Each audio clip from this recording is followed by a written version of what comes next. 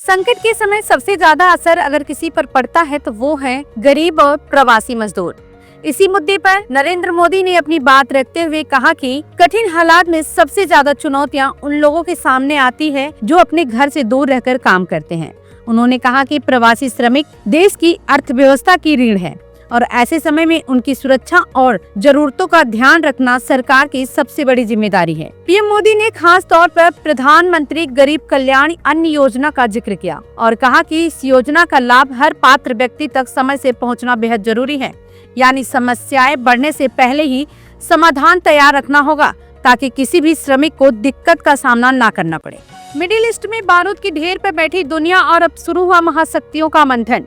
PM Modi और अमेरिकी राष्ट्रपति डोनाल्ड ट्रंप के बीच बेहद अहम बातचीत हुई है। खुद पीएम मोदी ने एक्स पर इस फोन कॉल की जानकारी साझा की है। भारत ने अपना रुख साफ कर दिया है कि हमें युद्ध नहीं शांति चाहिए।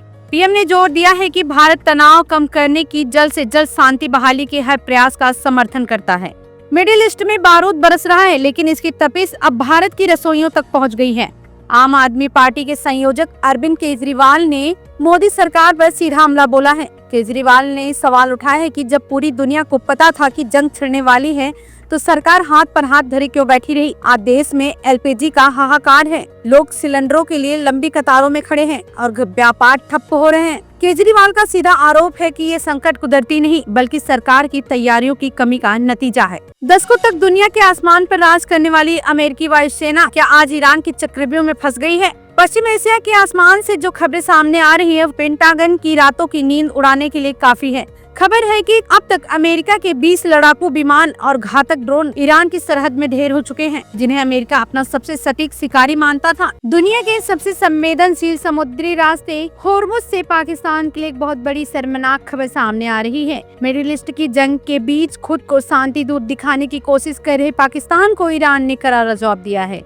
खबर है कि ईरानी नौसेना ने पाकिस्तान जहाज को बीच समंदर से बैरंग वापस लौटा दिया है। मिडिल ईस्ट की जंग अब उस दहलीज पर खड़ी है जहां से पीछे मुड़ना नामुमकिन है। इजराइल की तरफ से जो खबर सामने आ रही है उसने पूरी दुनिया के होश उड़ा दिए हैं। खबर है कि इजरायली सेना अब सिर्फ हमला नहीं बल्कि दक्षिण लेबनान पर पूरी तरह कब्जा करने की तैयारी में है। ईरान ने इजराइल पर अब तक का सबसे भीषण मिसाइल हमला बोल दिया है। एक साथ सैकड़ों बैलिस्टिक मिसाइलों ने इजराइल के आयरन डोम को चुनौती दी है। आसमान से गिरती आग की लपटों ने इजराइल के कई शहरों में तबाही के निशान छोड़ दिए हैं। तेल अवीव की बहुमंजिला इमारतें में हुए सुराख और सड़कों पर मलबे के ढेर बता रहे हैं कि ईरान इस बार रुकने वाला नहीं है। खबर है कि ईरान ने इस हमले में प्रतिबंध क्लस्टर मुनिशंस का इस्तेमाल किया है, जो एक साथ कई धमाके कर भारी तबाही मचा रहे हैं। इजराइल के एयर बेस डिफेंस सिस्टम ने कई मिसाइलों को भी मार गिराया है, लेकिन कई सीधे रिहायशी इलाकों में जा गिरे। उधर इजराइल ने भी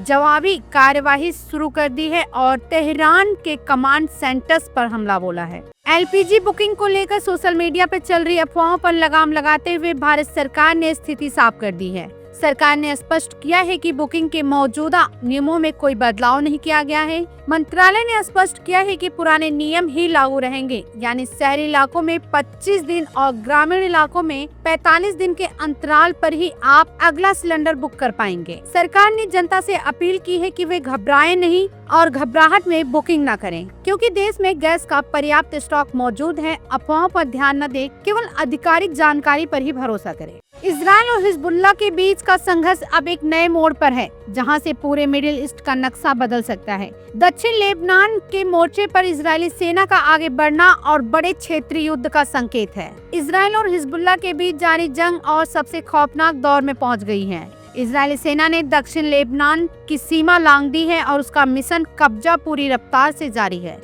आसमान से बरसते इजरायली फाइटर जेट्स और जमीन पर गिरते टैंकों ने हिजबुल्लाह के ठिकानों को मलबे के ढेर में तब्दील कर दिया है। इजराइल का साफ संदेश है, जब तक उसकी उत्तरी सीमा सुरक्षित नहीं होती है ये कदम पीछे नहीं हटेंगे। पश्चिम बंगाल चुनाव से पहले सियासी हलचल तेज हो गई है। हुमायूं कबीर और असदुद्दीन ओवैसी ने गठबंधन का ऐलान कर दिया है।